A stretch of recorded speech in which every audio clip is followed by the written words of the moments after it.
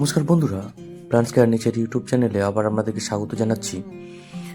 আজকে বুগেনভিলিয়ার যে চারা, যেটা আমরা খুব কম সময়ের মধ্যে কিভাবে কাটিং থেকে করতে পারি সেটা সম্পর্কে একটা প্রতিবেদন আপনার সামনে উপস্থাপন করছি। এখানে দেখুন যে বিভিন্ন ভ্যারাইটি চারাগুলো আছে, সেগুলো প্রথমে আমরা কাটিং করে একটু রেডি করে নেব।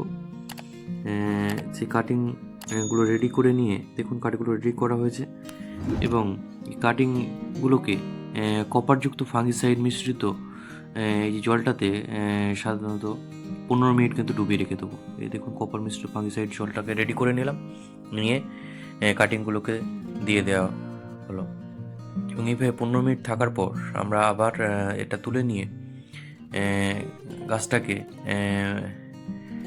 দুটো মিডিয়াতে সেট করব। একটা দেখুন এই গ্লাসটাতে নিচের অংশগুলো এইভাবে কেটে নেওয়া হচ্ছে যাতে ড্রেনেজ সিস্টেমটা ঠিক থাকে। তো এইভাবে কেটে নিলাম, ভালো করে ড্রেনেজ সিস্টেমকে ঠিক করতে রাখতে হবে। এবং এতে একটা গ্লাসের মধ্যে ভার্মি কম্পোস্ট এবং বালি দিলাম, আর একটাতে প্লেন বালি দিয়ে ভর্তি করা হলো। তারপরে এরকম একটা পেন্সিল সাইজ ডাল দিয়ে বা এরকম একটা লাঠি দিয়ে মাঝখানটাকে ওই বরাবর একটা ছিদ্র করে নিতে হবে। দুটো গ্লাসই করে নেওয়া হলো। তারপরে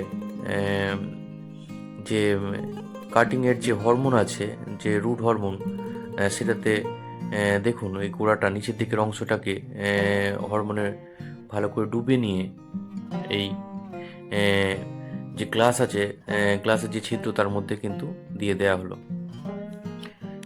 দুটোতেই তাই করা হলো এবং গোড়াটাকে ভালো করে একটু চেপে দিতে হবে যাতে গ্যাপ না থাকে। দুটো গ্লাসেরই দেখুন গাছ যে কাটিং অংশগুলোকে ভালো করে করে দেওয়া হলো এবং উপরের অংশে এরকমভাবে কপারযুক্ত ফাঙ্গিসাইড দিয়ে দিতে হবে যাতে ড্রাই প্যাক না হয়। আরেকটা গাছ, সেটাতেও এরকমভাবে ফাঙ্গিসাইড দিয়ে দিলাম। তারপরে এর উপরের অংশটাকে এরকম প্লাস্টিক দিয়ে ভালো করে ঢেকে দিয়ে গার্ডার দিয়ে আটকে দিতে হবে।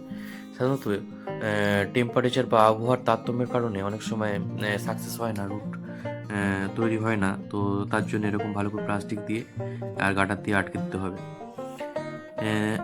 আর একটা গাছ, তাতেও এরকমভাবে আমি ভালো করে প্লাস্টিক দিয়ে উপরের অংশে আটকে দেওয়া হয়েছে। আর এই বড় টবের ক্ষেত্রে দেখুন বিভিন্ন গ্যাপগুলো করা হয়েছে এবং এই কাটিংগুলো ভালো করে বসিয়ে দেওয়া হলো। রুট হরমোন দিয়ে দেখুন এতগুলো সবকটা বসিয়ে দিলাম, দিয়ে উপরের অংশে কিন্তু এগুলোরও ফাঙ্গিসাইড লাগিয়ে দেওয়া হলো ভালো করে, যাতে ড্রাই ব্যাক না হয়। এবং এই গাছগুলোকে ছায়াযুক্ত জায়গায় রাখা হবে। এবং এই যে গাছগুলো দেখতে পাচ্ছেন, এগুলো সব আগে তৈরির গাছ। দেখুন সবগুলো থেকে কিন্তু ডাল বার হয়েছে। তো বন্ধুরা, আজকে এ পর্যন্তই।